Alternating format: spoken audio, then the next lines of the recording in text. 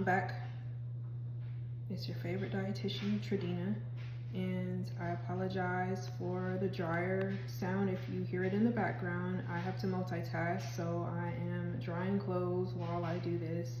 I know you're probably like, why don't you just shut it off, Tradena?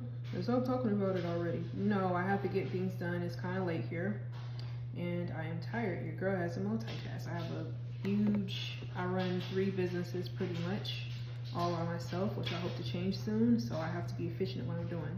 But that's besides the point. So today, or right now, I want to talk about the difference between bone broth and broth, like the regular chicken or beef broth, right? As far as protein content goes. Now, all right, so you can already see that there's a big difference between the calories, right? But not to fret.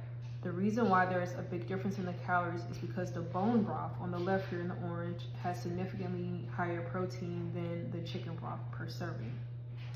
So I just want to point that out. So if you're going to cook with a broth, like especially let's say you're post-surgery and you're gonna have chicken broth as one of your clear liquids or beef broth as one of your clear liquids, you can swap it out for bone broth instead.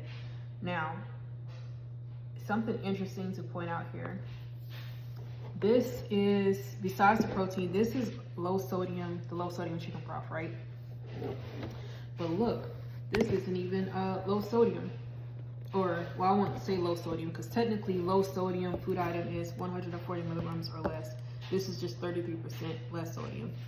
But I just wanted to show you that yes, the bone broth has higher calories because it has more protein. Protein gives calories. But look at the sodium content. Even the 33% less bone broth has more sodium than the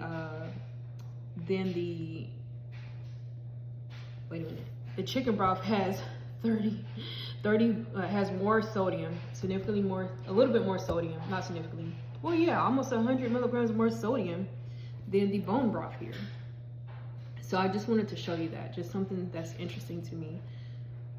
So my point is that when you can't get in enough protein, or you can't get in enough protein as far as volume, like the amount of foods you can eat because your stomach is too small, or maybe if you're on a weight loss medications, you don't have the capacity for it because you get full so quickly because your digestive tract is slower, opt for bone broth instead of chicken broth because you're going to get more protein per serving compared to the chicken broth here, which only gives about, in this particular brand, gives 2 grams per serving.